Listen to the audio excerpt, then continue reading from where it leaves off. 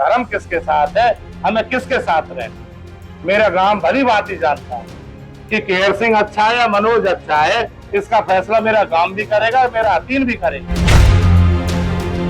शीर्ष नेतृत्व को कहीं ना कहीं चाटुकारों की, तेल लगाने वाले लोगों की और कमजोर लोगों की, झूठी उठाने वाले लोगों की आदत है। दर्जनों बार ने अपना विश्वास दिया। मैंने 8 महीने पहले पिछली बार भी रिजाइन दिया था। भाजपा से टिकट कटने के बाद पूर्व विधायक केहर सिंह रावत ने बीजेपी के सभी पदों से इस्तीफा दे दिया। अगली क्या रणनीति उनकी रहने वाली, बात करने के लिए हमारे साथ मौजूद है केहर सिंह रावत। रावत साहब, क्या अगली रणनीति क्या रहने वाली है? भाजपा से आपने इस्तीफा दे दिया। मैंने भाजपा के सभी पदों से इस्तीफा दे दिया है और आज मैं सबसे पहले नॉमिनेशन करूंगा। माता राधा रानी का आज जन्मदिन है, राधा अष्टमी है, शुभ मुहूर्त है। शुभ मुहूर्त पर ही शुभ कार्य होने चाहिए। क्यों? हतीन क्षेत्र की जनता का और हरियाणा प्रदेश के भाग्य का इससे फैसला होना। तो आपको टिकट कटने से आप नाराज हो, इसी वजह से आपने इस्तीफा दिया है बीजेपी से। तो आपको कभी कोई आश्वासन मिला था बीजेपी के शीर्ष नेतृत्व तक? शीर्ष नेतृत्व ने मुझे दर्जनों बार अपना विश्वास दिया। मैंने 8 महीने पहले पिछली बार भी रिजाइन दिया था। इन लोगों ने कहा कि भाई पैसा भी हम लगाएंगे आपके इलेक्शन में, हम आपको टिकट भी देंगे, हम आपके लिए सपोर्ट भी करेंगे, लेकिन पिछली बार टिकट काटे। अब की बार फिर दोबारा इन्होंने मुझे विश्वास दिया।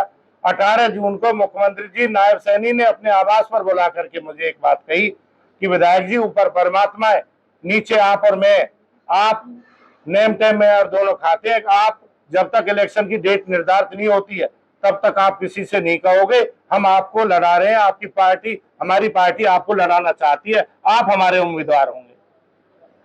आपकी पाल सबसे बड़ी हतीन विधानसभा क्षेत्र में, उसी से आपके गांव से प्रॉपर जो कैंडिडेट बनाया है मनोज रावत को बीजेपी ने, तो कहीं ना कहीं आप अपने आप को किस तरह से देखते हो?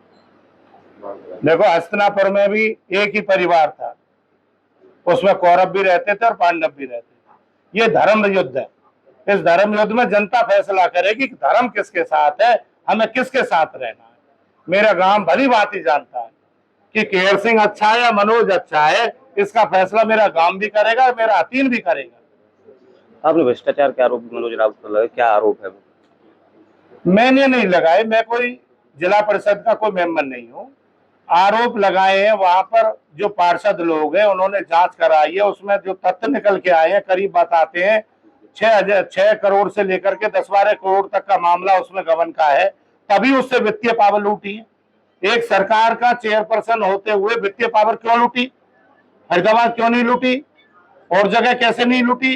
क्योंकि उसमें करप्शन के आरोप थे, लेकिन कृष्णपाल जी उसको हटाना नहीं चाहते थे। केवल 6 सदस्यीय कमेटी बनवा दी गई, जांच उसकी जारी है और ये सारी चीज हतीन क्षेत्र की जनता भी जानती है। मेरे गांव में पानी का बस्टर बन रहा था, गांव के लोग यहाँ विराजमान है। उस भाई ने वहां के ठेकेदार, रोहतास ठेकेदार से 5 लाख रुपए मांगे।